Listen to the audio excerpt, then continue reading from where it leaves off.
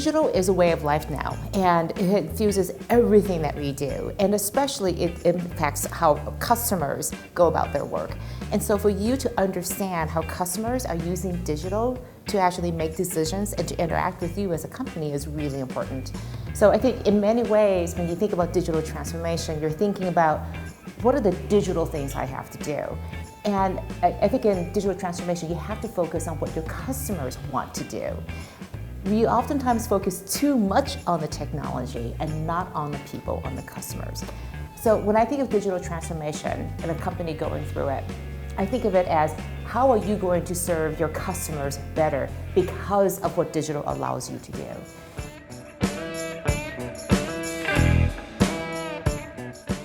I think as a leader, the most important thing is to show that you are digital yourself. It's one thing, I see so many leaders who do this. Let's go be digital, and expects everyone to be digital except for them. They go, but I'm not comfortable with digital, they say. So what does that mean to be digital? It means, again, at the most fundamental level, being able to use these tools to communicate in a new and different way. How are you as a leader showing up differently today than you did yesterday because of what digital allows you to do? Are you really different? Are you leading in a different way? Are you forming relationships in a new and different way? The way I think about it is, you know that if somebody comes knocking on your door or calls you, of course you're going to pick up the phone. But what if they're contacting you through a collaboration platform internally, or even externally on social media if the customers are reaching out to you? If you do not respond, it's as if you are leaving the phone on the hook and not answering. And how dare you do that to your customers and employees? You have to show up as a leader.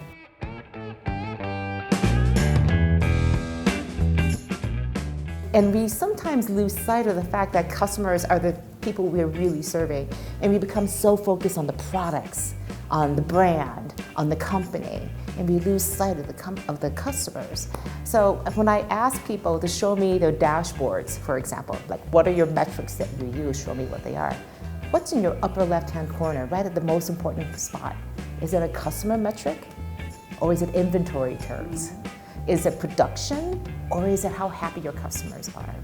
That tells me how customer-oriented the company is. They may say they're customer-centric, but do they actually measure themselves based on customers?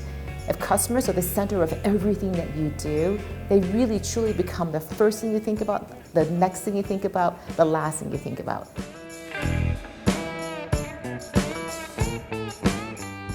I think about marketing as one of the biggest issues and challenges because we're trying to reach our customers who we think are here, and they actually may not be here anymore. They may be out there. They're moving so much faster. So one of the advices I give to companies who feel like, if you feel like you're pretty on top of it, you feel like you understand your customers pretty well, think about your next generation customer. Who are your future customers going to be? Because that's where you start creating disruption. It's not to say the customers of today aren't important. It's to say we're going to go after the new customers that don't even exist today. And this is why data and marketing and everything about new customers is so hard. I don't know who that new customer is. Well, you won't know until you start going to look for them. So I think that's one of the challenges of marketing. Marketing needs to operate for today, but also be thinking about tomorrow.